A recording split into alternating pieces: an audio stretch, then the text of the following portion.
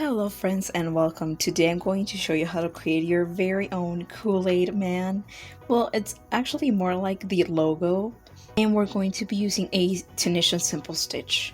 And for starters, we're going to chain 22 chains. And once you have your 22 chains, we're going to work onto the back side. This is the front. We're going to work onto the back side. If you run your fingers through the back side, you feel little bumps, and we're going to work onto those bumps. We're going to skip that very first bump. We're going to go straight to the second one, and we're going to insert our hook just like that, yarn over and pull. And we just continue to move along our row, and we should end up with 22 loops on our hook. Once you have all of your 22 loops on your hook, we're going to do a return pass, which is a unique thing about Tunisian simple stitch. We go forwards and we go backwards within one row. We're just going to yarn over and pull through that very last loop on our hook, just like that. That's going to be our chain 1, and it's going to be true for every row. We're going to yarn over, pull through 2, pull through 2, pull through 2. We're going to pull through 2 all the way down our row. Now for our very second row and our repeat for the rest of this project, if you pull your previous row apart, you'll see like little squares and like little stacks of yarn. We're going to insert our hook onto that front loop only of our previous row. Just like that, we pull our loop onto our hook, and we just move forward, and we insert our hook onto that front loop only, and your hook should look just like this. This is a solid color row. I'll meet you back when we do our return pass. Then once again for our return pass, we go and we do a yarn over onto that very last loop on our hook.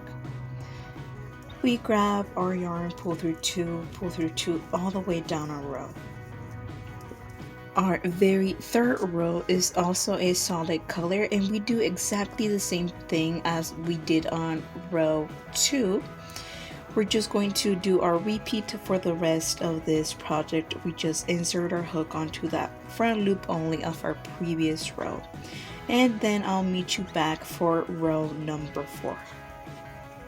Now for our very next row, we're going to do exactly the same thing, inserting our loop or our hook onto that front loop only, and we're going to do this for 8 stitches with this color.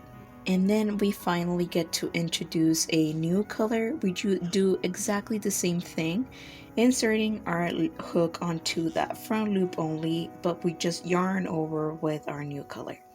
We're going to do this for 6 black stitches, and we should end up with 8 red stitches for the rest of this row.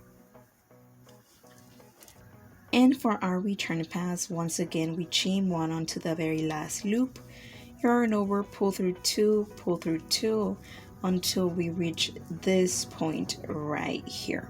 So whenever you have 2 different color stitches on your hook, you always use that second color stitch to pull through.